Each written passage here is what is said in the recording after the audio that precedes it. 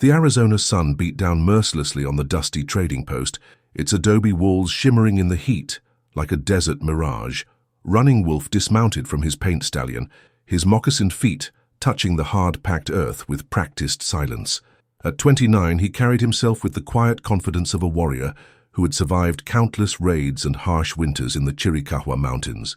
His long black hair was bound with strips of leather, and traditional Apache clothing marked him as different from the white settlers who occasionally frequented this remote outpost.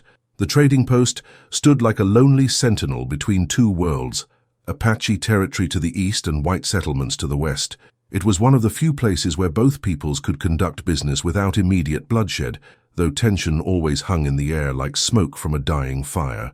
"Morning, Running Wolf," called out Jake Morrison, the grizzled trader who had operated this post for nearly a decade. Morrison was one of the few white men who had learned enough Apache customs to avoid getting himself killed. "What brings you down from the mountains today?" Running Wolf's dark eyes surveyed the modest collection of goods displayed under the wooden awning: flour, ammunition, coffee, and various tools that his people sometimes needed. But what caught his attention was the magnificent chestnut mare tied to the hitching post, her coat gleaming like polished copper in the morning light. "That horse," Running Wolf said in English, his accent thick, but his words clear. "She is for sale." Morrison glanced at the mare and scratched his graying beard. "Well now, that's a complicated situation. Woman who owns her is inside trying to trade for supplies. Says she's desperate for cash." He lowered his voice. "Name's Sarah McKenna. Lost her husband to Apache raiders about 6 months back. Been struggling to keep her homestead going ever since." Running Wolf felt a familiar tightness in his chest at the mention of raiders. Not all Apache bands were the same, but white settlers rarely distinguished between different tribes or groups. To them, an Apache was an Apache, an enemy to be feared or eliminated. "How much does she want?" Running Wolf asked, his gaze never leaving the beautiful animal. $2, Morrison replied. "Horse is worth at least 20, but she's got no choice. Bills to pay, mouths to feed." Just then, the trading post door creaked open, and Running Wolf's breath caught in his throat. The woman who emerged was unlike any white woman he had ever seen. Sarah McKenna appeared to be in her late 20s, with auburn hair that caught fire in the sunlight and eyes the color of sage after rain.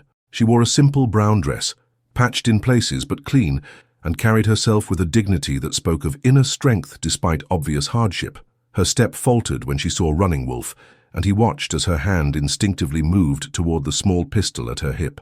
The gesture wasn't lost on him. This woman had learned to be afraid, probably with good reason. "Mrs. McKenna," Morrison said carefully, "this here's Running Wolf. He's asking about your mare." Sarah's green eyes flicked between the Apache warrior and the trader. Running Wolf could see the war raging behind her eyes, desperation fighting against deeply ingrained fear and prejudice. "I need the money," she said finally, her voice barely above a whisper. "But I won't sell to—" She couldn't finish the sentence, but her meaning was clear. Running Wolf stepped forward slowly, his hands visible and empty. "Your husband," he said quietly. "He was killed by Apache." Sarah's jaw tightened, and tears threatened to spill from her eyes. "Burned our barn, shot him down like a dog while I watched from the house with my children." "I am sorry for your loss," Running Wolf said, and he meant it. "But not all Apache are the same, just as not all white men are the same." Sarah stared at him for a long moment, studying his face as if trying to read his soul. "You speak English well. My mother traded with white settlers before the Troubles began. She believed understanding your enemy makes you stronger." "And am I your enemy?" Sarah asked, surprising herself with her boldness. Running Wolf considered the question seriously. "You have done nothing to harm my people. Your children need food and I need a good horse. Perhaps we can help each other instead of continuing the hatred." Morrison watched the exchange with growing amazement. In 10 years of running this post, he had never seen such a civil conversation between a white settler and an Apache. Sarah looked at her mare, the last valuable thing she owned aside from her small homestead. The horse had been her husband's pride and joy, but sentiment wouldn't feed her 2 young children or pay the debt she owed to the bank in Tucson. "She's a good horse," Sarah said finally. "Fast, strong, and smart. She deserves better than to be sold out of desperation." Running Wolf reached into his leather pouch and withdrew $2 silver, a significant sum for someone from a people who rarely dealt in white man's currency. He held the coins out to Sarah, but when she reached for them, their fingers brushed for just an instant. The contact sent an unexpected jolt through both of them.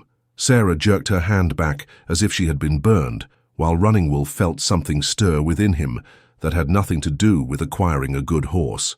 "Take care of her," Sarah whispered, her voice thick with emotion. "Her name is Copper. She will be honored," Running Wolf promised, pocketing the coins and extending his hand toward the mare. As Sarah handed over the reins, their eyes met again, and both felt the strange pull of connection, dangerous and impossible but undeniably real. Morrison cleared his throat loudly, breaking the spell. "Well then, that's settled, Mrs. McKenna, you sure you don't need anything else? Got some salt pork that's still fresh." But Sarah was already backing toward her small wagon, her eyes never leaving Running Wolf's face. "I should go. My children will be wondering where I am." Running Wolf watched her climb into her wagon and drive away, dust billowing behind the wheels. Even after she disappeared from sight, he remained standing there, the mare's reins in his hand, feeling as though something fundamental had shifted in his world. "That was interesting," Morrison observed dryly. Running Wolf mounted Copper, surprised by how perfectly she responded to his touch. As they rode toward the mountains, he found himself thinking not about the fine horse he had acquired, but about the pain and strength he had seen in Sarah McKenna's green eyes.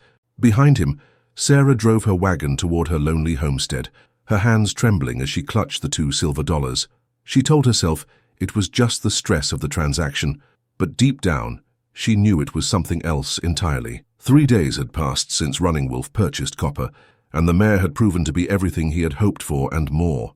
She was swift as the wind through the canyon passages, sure-footed on treacherous mountain trails, and intelligent enough to sense danger before he did. Yet despite his satisfaction with the horse, Running Wolf found his thoughts constantly drifting to the woman who had sold her to him. Sarah McKenna haunted his dreams, with her auburn hair and eyes full of pain. He told himself it was foolish. She was white, a widow with children, and her husband had been killed by Apache raiders. Any connection between them was not only impossible, but dangerous for both of them. On this particular morning, Running Wolf rode Copper along the ridge overlooking the valley, where several white homesteads dotted the landscape like scattered seeds.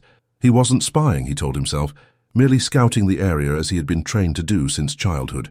But when he spotted a small cabin with smoke rising from its chimney and a woman's figure moving in the garden, he found himself guiding Copper closer. Sarah McKenna knelt among rows of struggling vegetables, her brown dress already dusty from the morning's work. Even from a distance, Running Wolf could see the weariness in her movements.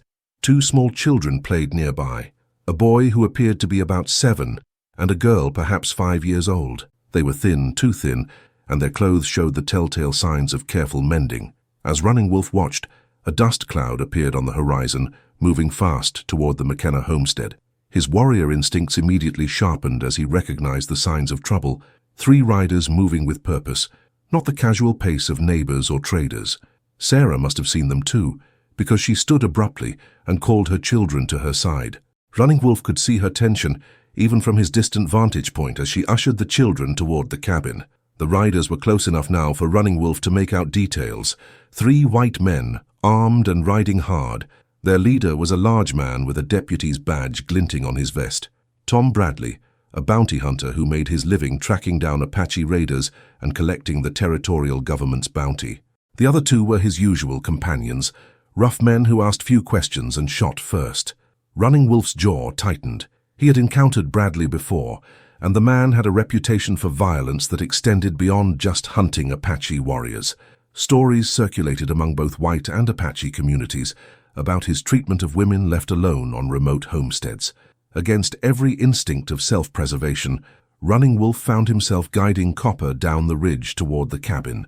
He told himself he was merely curious, but deep down he knew the truth. He couldn't stand by and watch if Sarah McKenna was in danger.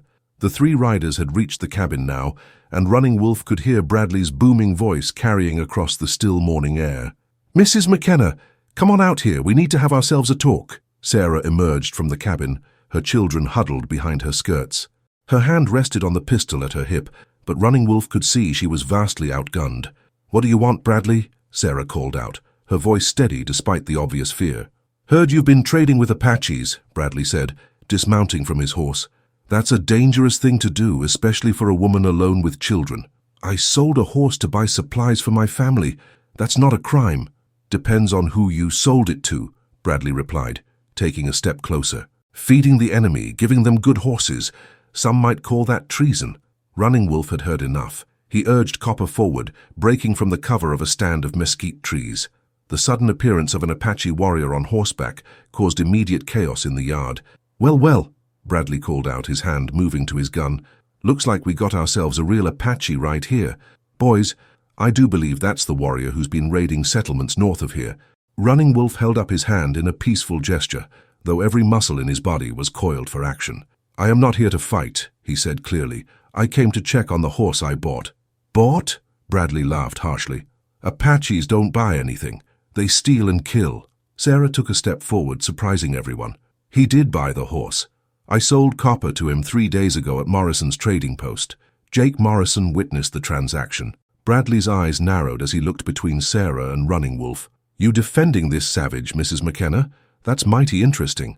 "I'm telling the truth," Sarah replied firmly, "and I'd appreciate it if you'd leave my property now." "Can't do that, ma'am.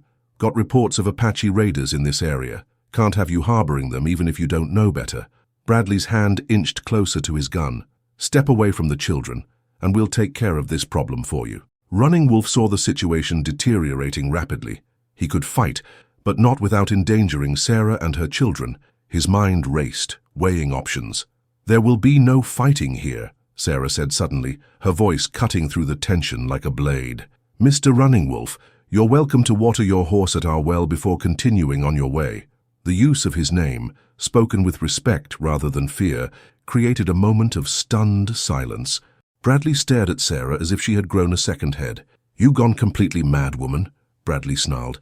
"You can't just invite Apaches onto your property like they're civilized folks." "This is my land," Sarah replied with quiet dignity, "and I'll decide who's welcome here." Running Wolf felt something shift in his chest, a warmth he hadn't experienced in years. This white woman was risking everything to protect him, just as she had shown dignity in their first meeting. He dismounted from Copper and walked slowly toward the well, his movements deliberate and peaceful. As he drew water for his horse, he was acutely aware of the 3 armed men watching his every move, hands hovering near their weapons. "This ain't over," Bradley growled to Sarah. "Word of this gets out and folks won't be so understanding about you consorting with the enemy." "Then perhaps you shouldn't spread such words," Sarah replied calmly. As Running Wolf prepared to mount Copper again, he caught Sarah's eye for just a moment.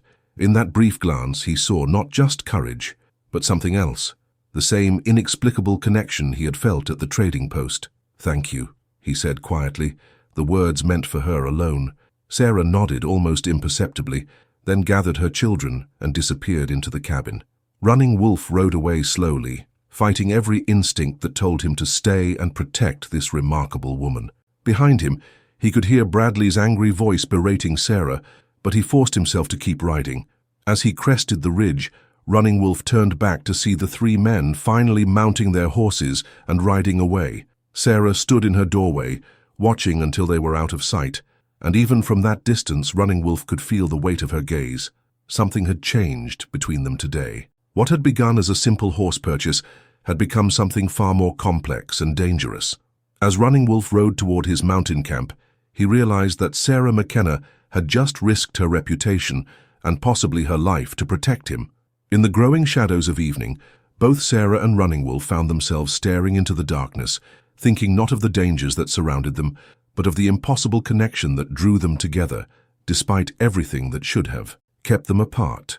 A week had passed since the confrontation with Bradley, but Sarah McKenna couldn't shake the memory of Running Wolf's grateful eyes or the way her heart had hammered when she'd seen him in danger. She tried to convince herself that she had simply done what any decent person would do, but late at night when the children were asleep, she found herself wondering about the Apache warrior who had shown her such unexpected courtesy. The harsh reality of her situation, however, left little time for such thoughts. The $2 silver from the horse sale were nearly gone, spent on flour and beans that would barely last another week. Her small garden was struggling in the relentless heat, and the well was running dangerously low. Worse still, word of her encounter with Bradley had begun to spread among the neighboring homesteads, earning her suspicious looks and whispered conversations that stopped when she appeared. On this sweltering afternoon, Sarah was attempting to repair a broken fence post when she heard the sound of approaching hoofbeats. Her hand instinctively moved to her pistol, but when she looked up, she saw the familiar figure of Running Wolf on Copper, leading a pack-horse laden with supplies. "You should not be here," she called out, though her voice lacked conviction. "People are already talking." Running Wolf dismounted and approached slowly, his dark eyes serious. "I know the danger. But you defended me when you could have stayed silent. Honor requires that I return such loyalty." "I don't need your charity," Sarah replied, though the sight of the supplies made her mouth water. "This is not charity," Running Wolf said firmly. "This is trade. I need information about the movements of soldiers in this area, and you need food for your children. We can help each other." Sarah studied his face, searching for deception, but finding only sincerity. "What kind of information?" "There have been rumors of a new military patrol being organized. My people need to know their routes to avoid unnecessary conflicts." Running Wolf began unloading supplies from the pack horse: salt pork, coffee, sugar, and other precious commodities. "These supplies came from raids on wagon trains, but not by my band. We found them abandoned and chose to put them to better use." "You're asking me to spy for you," Sarah said, though she was already mentally calculating how long the supplies would last. "I am asking you to help prevent bloodshed on both sides," Running Wolf corrected. "If my people know where not to hunt or travel, there will be fewer encounters with soldiers, fewer deaths." Sarah watched him work, noting the gentle way he handled even simple tasks and the respect he showed for her property. This was not the savage monster she had been taught to fear. "My children are watching from the window," she said quietly. Running Wolf glanced toward the cabin and saw two small faces peering out from behind a curtain. "What have you told them about me?" "The truth, that you're the man who bought our horse." Sarah paused. "Emma asked if you were going to hurt us like the men who killed their father." "And what did you tell her?" Sarah met his eyes directly. "I told her that not all Apache are the same, just as not all white people are the same." Running Wolf felt that familiar stirring in his chest. This woman continued to surprise him with her wisdom and courage. "Your children are fortunate to have such a mother." "Sometimes I wonder," Sarah murmured, watching him arrange the supplies neatly by her door. "I feel like I'm failing them every day. Can't provide enough food, can't protect them from the hatred in this territory, can't even keep their father's horse." "You protected me from 3 armed men," Running Wolf reminded her. "That took more courage than most warriors possess."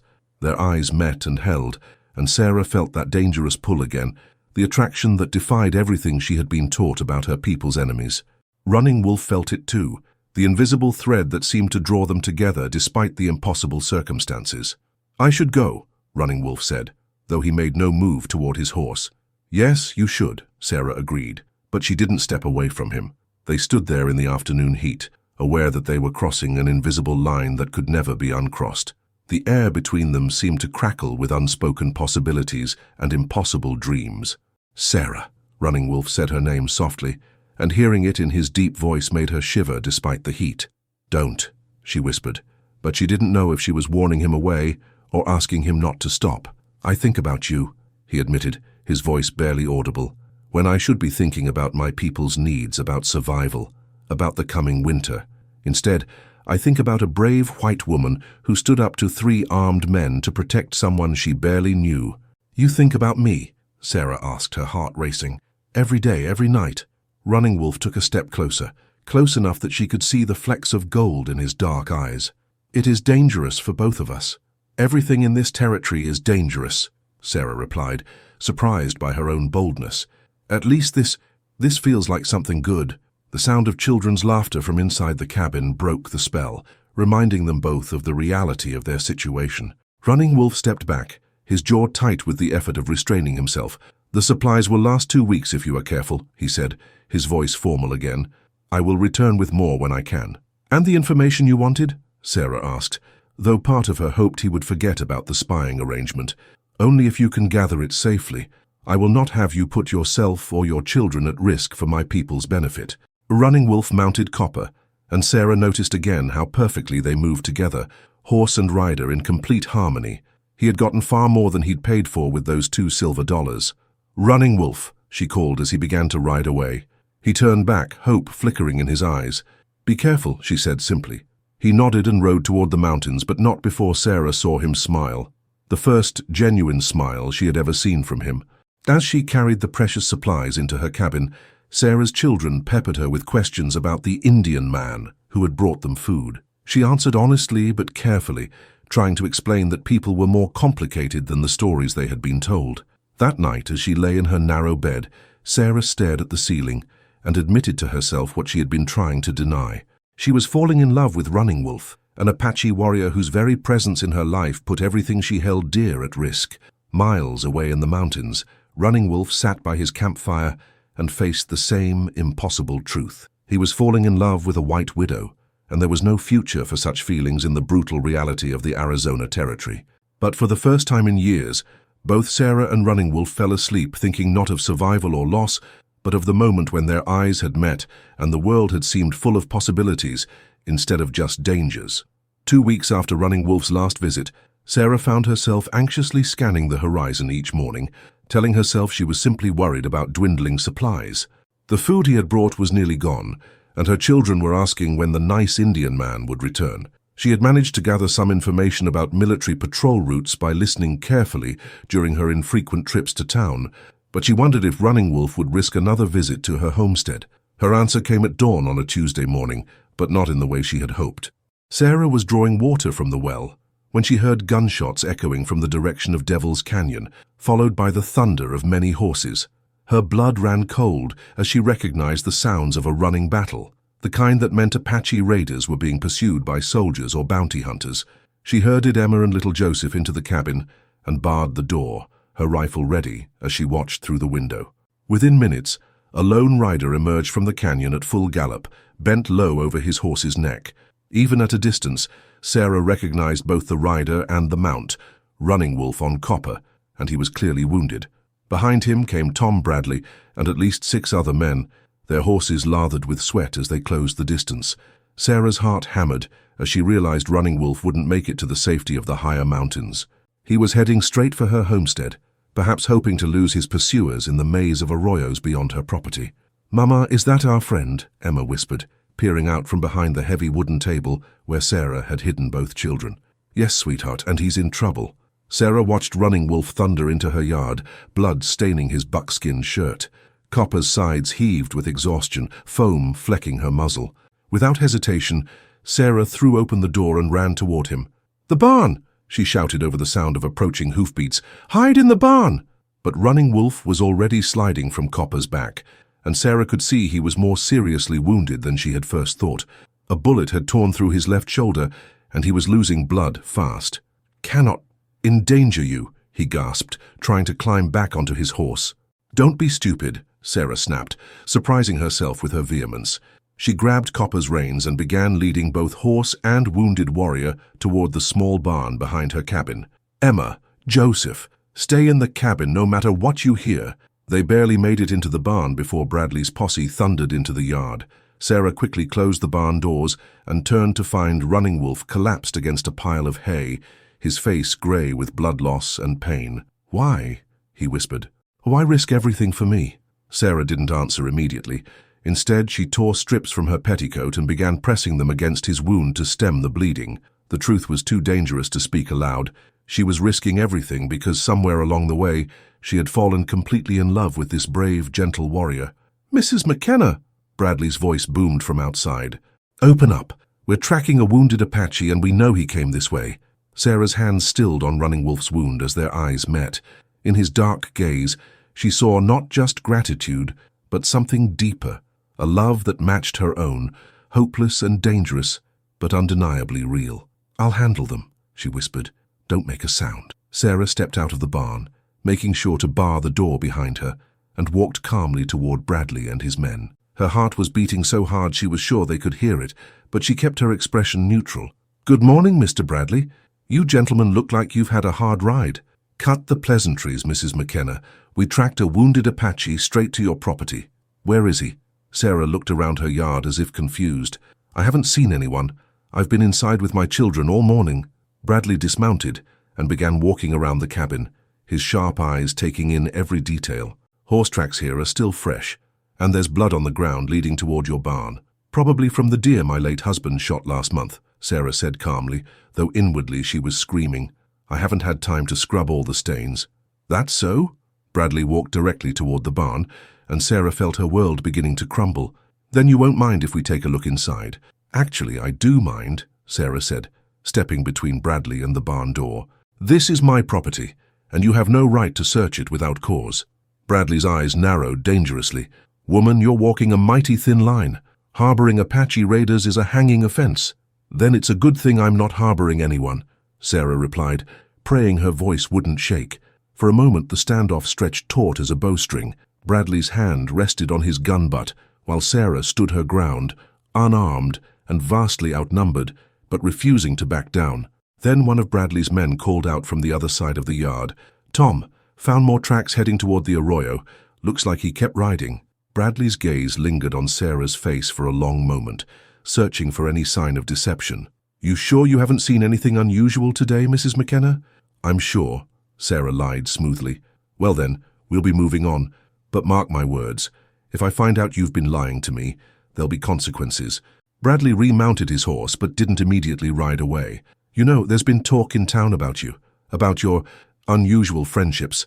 Folks are starting to wonder if you can be trusted. People can wonder all they like, Sarah replied, with more courage than she felt. I know who I am. Bradley spat into the dust and finally wheeled his horse toward the arroyo.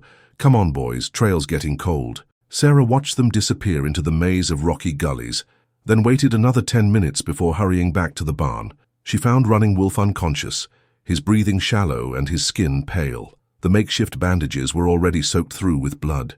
Dear God, she whispered, kneeling beside him, what am I going to do with you? As if in answer to her prayer, Running Wolf's eyes fluttered open. You saved my life, he said weakly. You're not saved yet. You need a doctor, but I can't take you to town without getting us both killed. No doctor, Running Wolf said firmly. My people have ways, but I need herbs from the mountain. Sarah bit her lip, thinking quickly. Tell me what you need. I'll go get them. Too dangerous. Bradley will be watching. Then what do you suggest?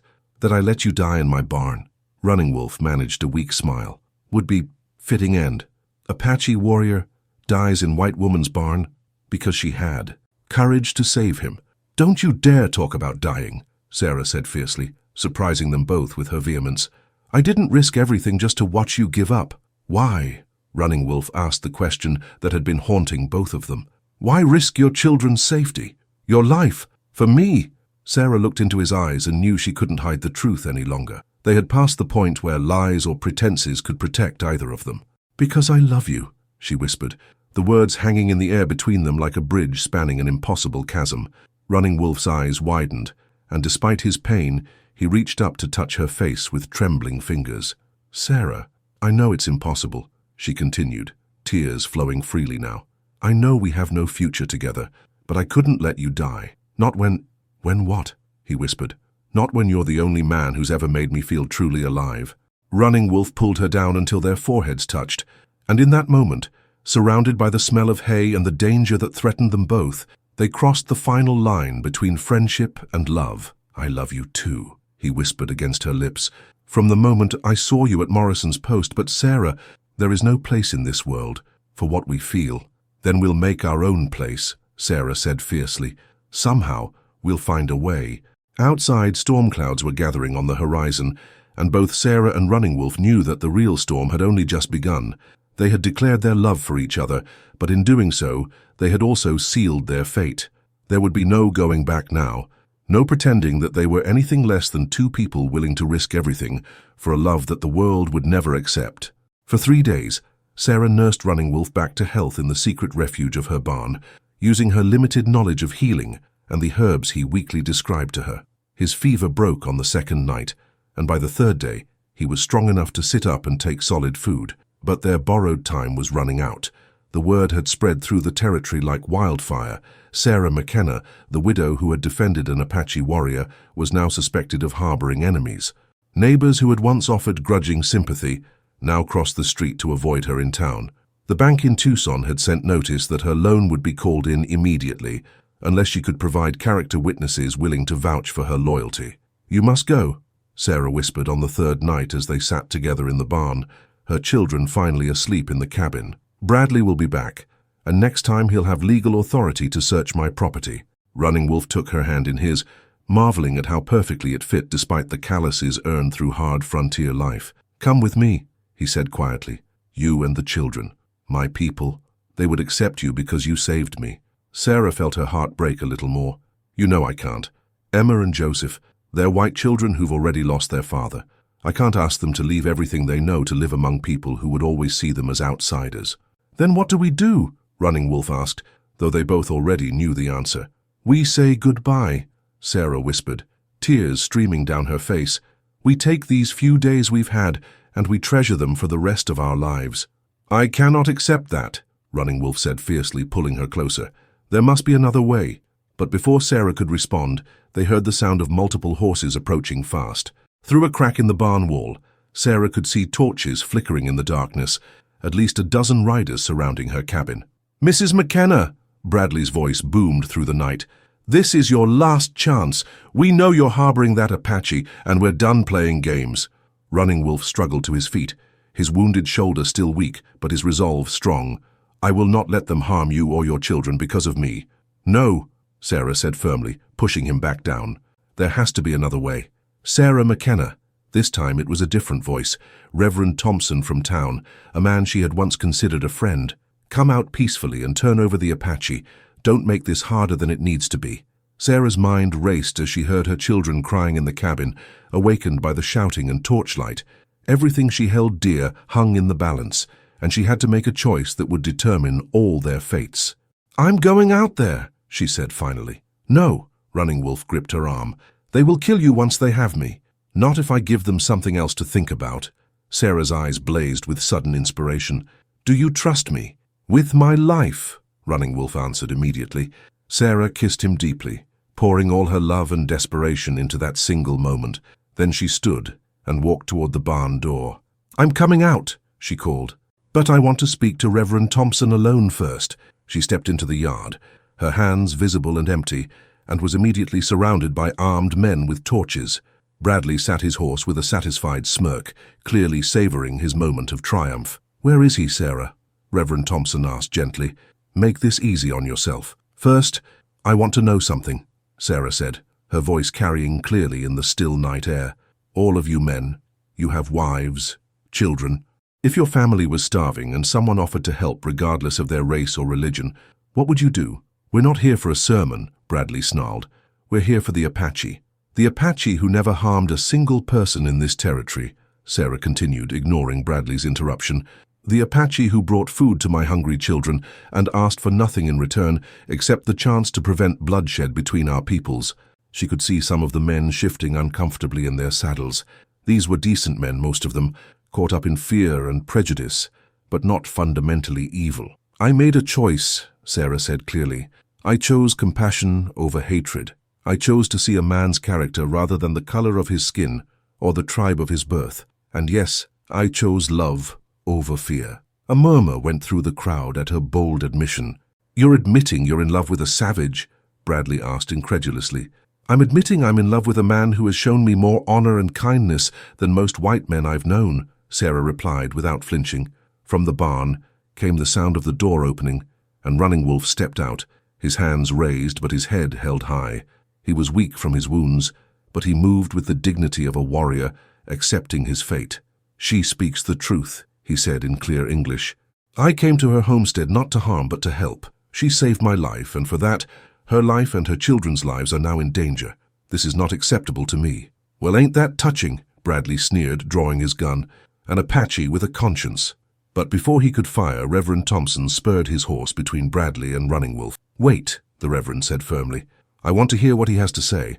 Running Wolf looked directly at Sarah, his eyes full of love and pain. "I offer myself to you willingly, if you will guarantee the safety of Sarah McKenna and her children. Let them leave this territory and start new lives somewhere far from here, and I will come with you without resistance." "No," Sarah cried, but Running Wolf continued. "She deserves to live in peace with her children. She deserves a chance at happiness, even if it cannot be with me." The crowd fell silent, moved despite themselves by the Apache warrior's sacrifice for the white woman he loved. Even Bradley seemed momentarily speechless. Reverend Thompson looked between Sarah and Running Wolf, seeing the truth of their love written clearly on both faces. He was a man of God, and despite his prejudices, he recognized genuine love and sacrifice when he saw it. "There's another way," the Reverend said slowly. "The territorial governor has been talking about establishing a peace treaty with certain Apache bands.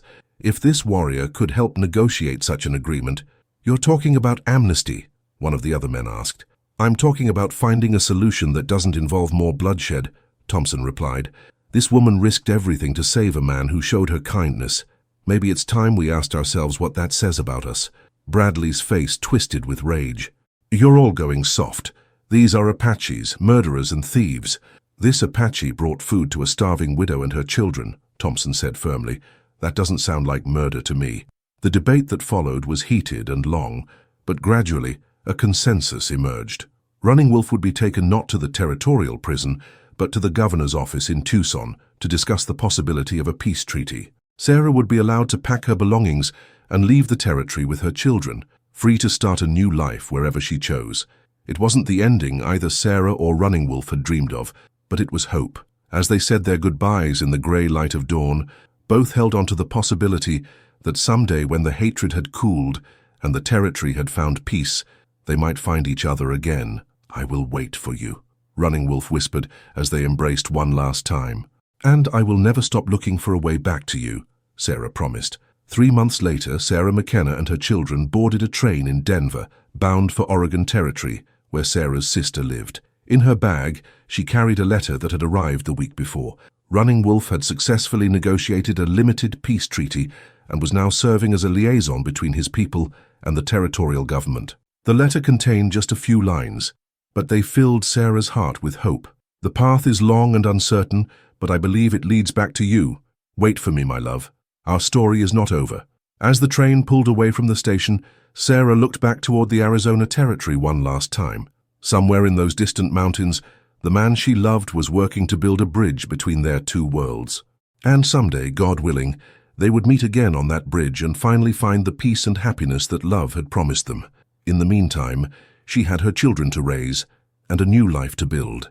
But in her heart, she carried the memory of a love strong enough to overcome hatred, brave enough to risk everything, and hopeful enough to believe that somewhere, somehow, love would find a way.